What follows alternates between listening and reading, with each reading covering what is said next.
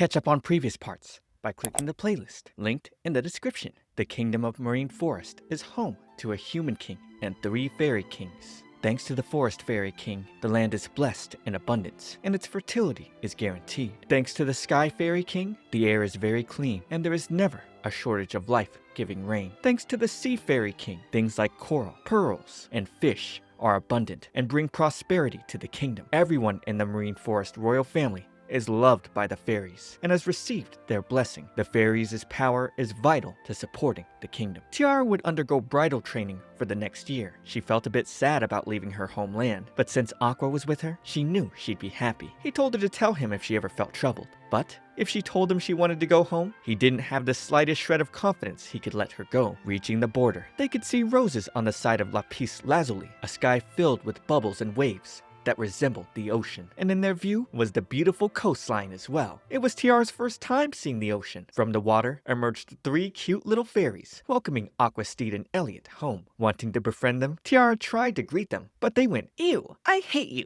Aqua claimed fairies were fickle creatures. Despite not liking Tiara, they clamored in joy over Feline. The next to suddenly emerge was a blue-haired woman named Isilla Perlin. Tiara remembered her first name.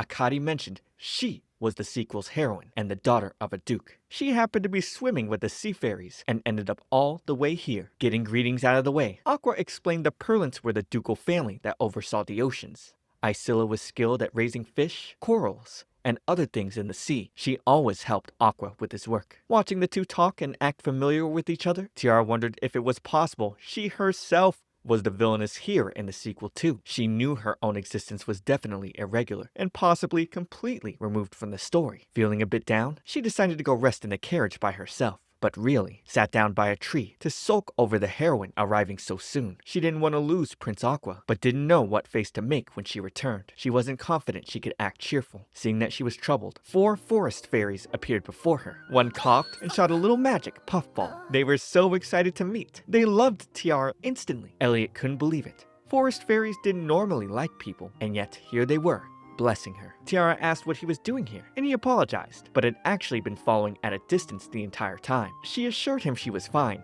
and just wanted to stretch her legs. However, with the little fairies hearing she was down, they offered her a really tasty flower. They'd shove it into her mouth, and it was surprisingly delicious. Heading back to Aqua, he asked her to please not worry him, to take him with her next time. Tiara felt so fortunate. Instead of being so afraid of the heroine, she felt she should treasure all the wonderful people who supported her. At Marine Forest Castle, Tiara learned about the welcome party happening for her in 3 days. Aqua was also arranging a dress for her to wear. She was so excited, he suddenly pulled her in. It was hard for him to contain himself over how adorable she was. He groaned over the fact it'd be a whole year until they were married. He wanted to make her his wife right now. Tiara told him not to be like that. She was going to complete her bridal training and be helpful as his wife. The two would kiss, knowing things would be fine. Getting ready on the day of the welcoming party, Feline did Tiara's hair in the half-up style, popular in the kingdom right now. They didn't know what to do about a hair accessory though. That's when some other maids came in, presenting special flowers picked from the castle courtyard. These flowers were a specialty here. However, Tiara would ask if they had one with a deep blue color. She thought it might be nice to wear one the same color as Prince Aqua's hair. Unfortunately, that color of flower didn't grow this time of year, but suddenly, all the flowers would shift to the color she wanted. It was a gift from the forest fairies. The maids explained she might be the only one in the entire kingdom who's received a forest fairy's blessing. There were some who were blessed by the sea or sky fairies, but they never heard of anyone getting blessings from the forest fairies. At the party, the guests, king and queen, watched as the betrothed couple danced gracefully. Their moves were something like out of a fairy tale. Even getting their applause, Aqua couldn't help but take the time to compliment his adorable tiara, along with the blue roses in her hair that suited her so well. With them being a similar color to his hair, he felt as if he was under the illusion that all of her belonged to him. She would greet King Sotiris Marine Forest and Queen Lavina Marine Forest, who welcomed her pleasantly. She in turn promised to devote herself to her studies for the next year in hopes of being helpful to Aqua. She was looking forward to the future that lay ahead.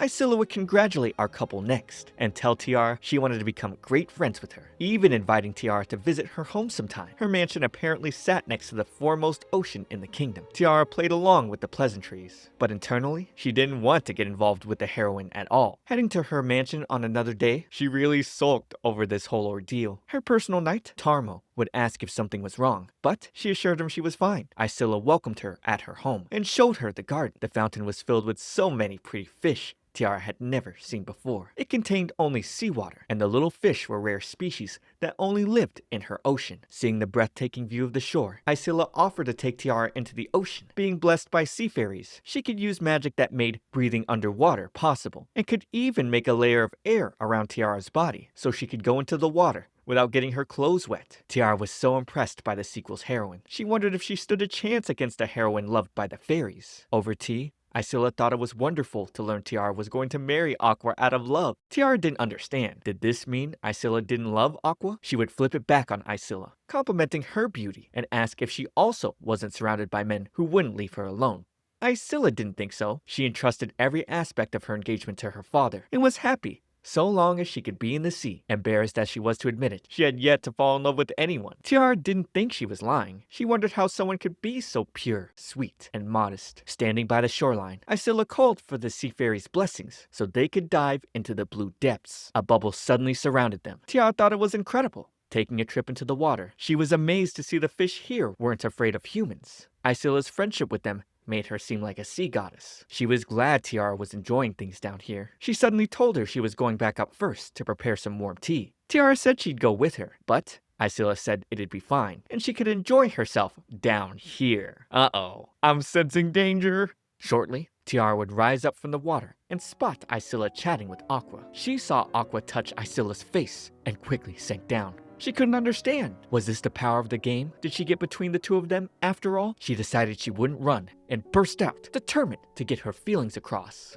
Aqua explained he was here to pick her up, and Tiara was pouty, telling Aqua not to leave her alone, grabbing him aggressively for a hug. While getting a tour of the castle from Tarmo, she'd spot Aqua chatting with Isilla again. Tarmo was sure they were discussing work. As always, Tiara wondered why on the terrace when he said he'd be in his office all day today. Seems like they were both heading back now. Out by the garden, the forest fairies would joyfully greet Tiara. She offered them some cookies and gushed, watching them cutely nibble them down. The green-haired fairy would call her over and open a portal. Their king was just up ahead. Going in, the path behind her suddenly closed, and then she'd be teleported to a solemn room. She was taken aback, meeting the king of the forest fairies. Ooh, what's going to happen from here? Subscribe to keep up with next week's part, but for now, watch this next video. It's me, Comfy T. I'll see you all in the next one.